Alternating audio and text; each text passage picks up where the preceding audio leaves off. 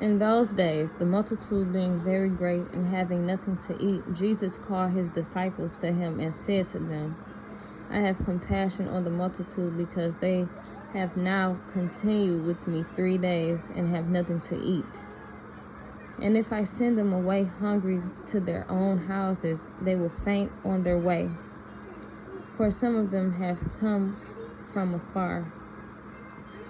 Then his disciples answered him, How can one satisfy these people with bread here in the wilderness?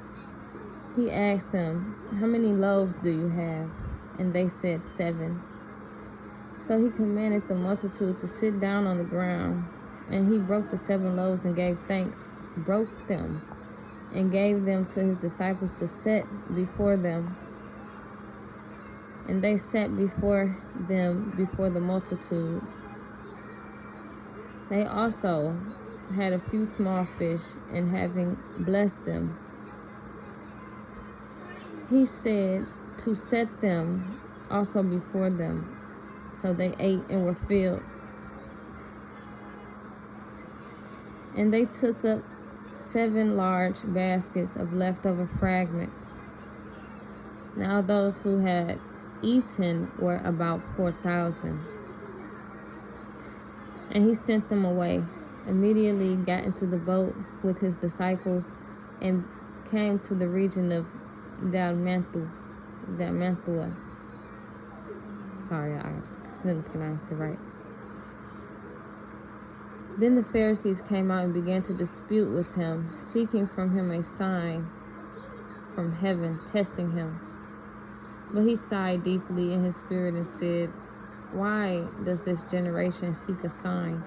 Assuredly, I say to you, no sign shall be given to this generation. And he left them, and getting into the boat again, departed to the other side. Now the disciples had forgotten to take bread, and they did not have more than 1 loaf with them in the boat. Then he charged them, saying, Take heed, beware of the leaven of the Pharisees and the leaven of Herod. And they reasoned among themselves, saying, It is because we have no bread. But Jesus, being aware of it, and said to them, Why do you reason because you have no bread? Do you not perceive nor understand? Is your heart still hardened? Having eyes, do you not see? Having ears, do you not hear? And do you not remember when I broke the 5 loaves for the 5,000? How many baskets full of fragments did you take up? They said to him, 12.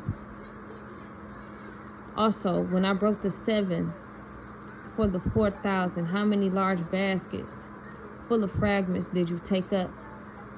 And they said, 7.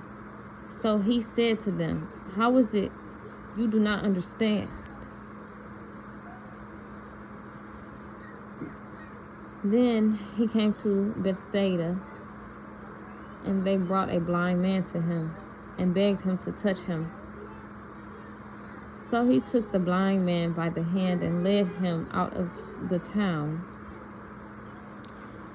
And when he had spit on his eyes and put his hands on him, he asked him if he saw anything. And he looked up and said, I see men like trees walking. Then he put his hands on his eyes again and made him look up. And he was restored and saw everyone clearly. Then he sent him away to his house, saying, Neither go into the town, nor tell anyone in the town. Now Jesus and his disciples went out to the town of Caesarea Philippi. And on the road he asked his disciples, saying to them, Who do men say that I am? So they answered, John the Baptist, but some say Elijah, and others, one of the prophets. And he said to them, But who do you say that I am? Peter answered and said to him, You are the Christ. Then he strictly warned them that they should tell no one about him.